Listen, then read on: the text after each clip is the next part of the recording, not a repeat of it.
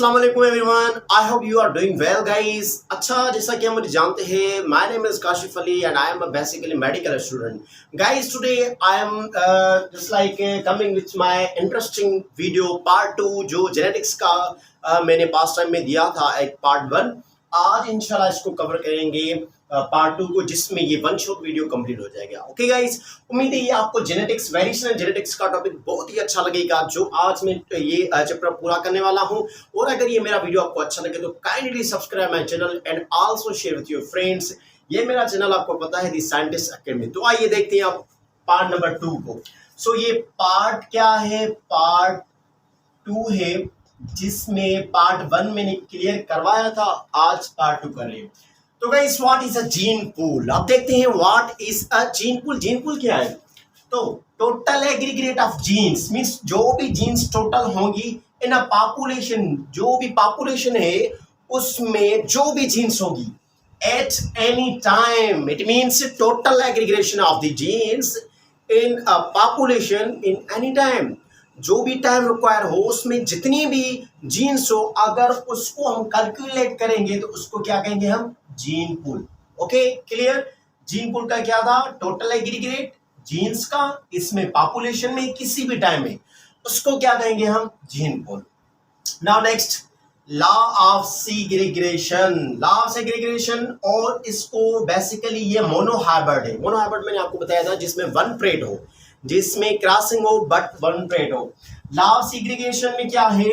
Alleles exist in form of pair in an individual. अब ये क्या होता है लॉ ऑफ सेग्रीगेशन में? पहले तो अलील्स जो एग्जिस्ट करती हैं फॉर्म ऑफ पेयर में, ओके, किसी भी इंडिविजुअल में। They separate or segregate during gamete formation in such a way that each gamete receives only one member of pair. अब ये कह रहा है कि अगर किसी भी पहले तो ये बात क्लियर होगी कि अलील्स पेयर फॉर्म में होती है किसी भी इंडिविजुअल में। ओके, नेक्स्ट क्या है? और ये सेपरेट और सीग्रीगेट होंगी ड्यूरिंग गैमेट फॉर्मेशन। जब भी गैमेट फॉर्मेशन होती है तो ये जो जीन्स है ये क्या होती है? सेपरेट और सेग्रीगेट। उस वे से जब कोई भी गैमेट रिसीव करता है किसी भी मेंबर पेयर को, मींस अब ये सेपरेट होकर किसी भी एक एक्चुअल पार्ट में क्या करेंगे? एग्जिस्ट करेंगे। इसको हम क्या कहते हैं? लॉ ऑफ सेग्रीगेशन, जिसमें क्या होता है? सेपरेशन और सेग्रीगेट होती है गैमेट फॉर्मेशन में। ओके, और इसके दो मैंने टर्म्स पढ़ाए थे पार्ट 1 में, फेनोटाइप और जीनोटाइप। फेनोटाइप क्या होता है? फिजिकल अपीयरेंस, जो अपीयर हो। ओके, इंटरनल व्यू, और जिससे मैंने आपको बताया था जेनेटिक मेकअप, उसको हम जीनोटाइप कहते हैं।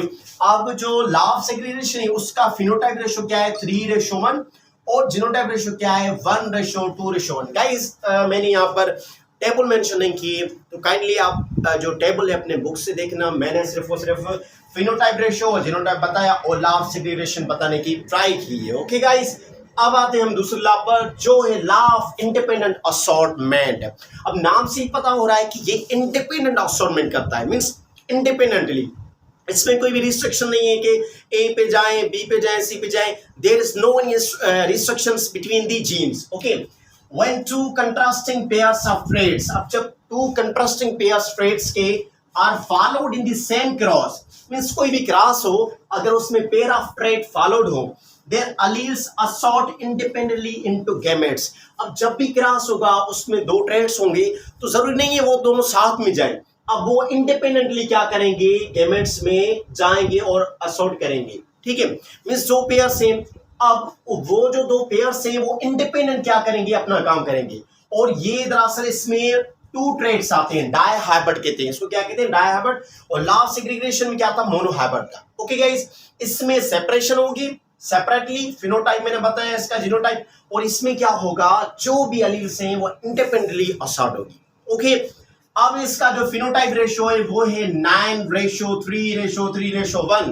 गैस, ये याद रखने की बात है, फिनोटाइप रेशो, फिनोटाइप, जीनोटाइप। और ये जो लॉ ऑफ इंडिपेंडेंट असॉर्टमेंट है ये डायहाइब्रिड में होता है, और जो लॉ ऑफ सेग्रीगेशन है वो होता है मोनोहाइब्रिड में। क्लियर? अब आते हैं हम कोडोमिनेंस पर। गाइस, ये कोडोमिनेंस क्या है? को का मतलब है ड्यूअल, जैसे लाइट की फीचर्स होती है ड्यूअल, पार्टिकल भी और लाइट भी। तो आते हैं हम, सॉरी, वेव भी। तो कोडोमिनेंस क्या है? Phenomena in which both alleles of a contrasting character are dominant and express them heterozygous dominant. Means ये कह रहा है first I think I have to give you an example. Red bull और white cow, red bull और white cow जब इसकी cross कराएंगे हम तो आएगा रॉन। अब आप देख रहे हैं कि हम जब रेड बुल और व्हाइट काउ की क्रॉस करवा रहे हैं तो ना कि यहाँ पर व्हाइट काउ आ रही है ना कि यहाँ पर रेड बुल, यहाँ पर क्या डिफरेंट रिजल्ट है, वो है रॉन। और रॉन में कुछ फीचर्स व्हाइट की भी होगी, काउ की और रेड बुल की, मींस दोनों फीचर्स एक ही ऑर्गेनिज्म में होंगी after the crossing. That feature is called codominance. Okay, तो यही कह रहा है फेनोमेना हो जिसमें बोथ एलील्स क्या करें, अपना कैरेक्टर डोमिनेंट छोड़ें किसी भी एक्सप्रेशन में जो कि हेटेरोजाइगस डोमिनेंट हो। ओके, अब आते हैं हम colour blindness. Guys colour blindness क्या है? हेरिडिटी डिसऑर्डर, ये भी हेरिडिटी डिसऑर्डर है। Failure to differentiate between primary colours. अब गाइस जो प्राइमरी कलर्स है बेसिकली रेड, ब्लू, ग्रीन, इसमें जो भी कलर ब्लाइंडनेस पेशेंट होगा उसको डिफरेंशिएट करने में बहुत ही डिफिकल्टी होगी कि भाई कैसे इसको डिफरेंशिएट करें, ये रेड है, ब्लू है और ग्रीन है। ओके, जब ये तीन फीचर्स होंगी इसको डिफरेंशिएट नहीं कर पाएगा कोई भी patient, that disease occur on that patient is called colour blindness. Okay, अब आते हैं last and important, haemophilia. What is haemophilia? It is rare heredity disorder, ये भी रेयर हेरिडिटी डिसऑर्डर है।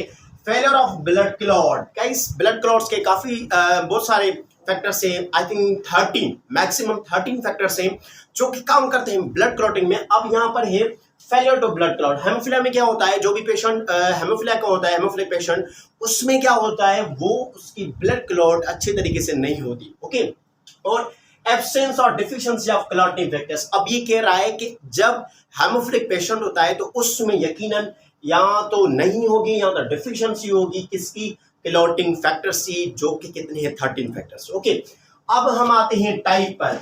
Haemophilia A B C. Guys ये तीन types है of haemophilia. As जो होती है तकरीबन 80% एज में होती है। और फैक्टर कौन सा इनमें एब्सेंट होता है, यहाँ पर एब्सेंट होंगे ये फैक्टर्स, 8 फैक्टर एब्सेंट हो गए।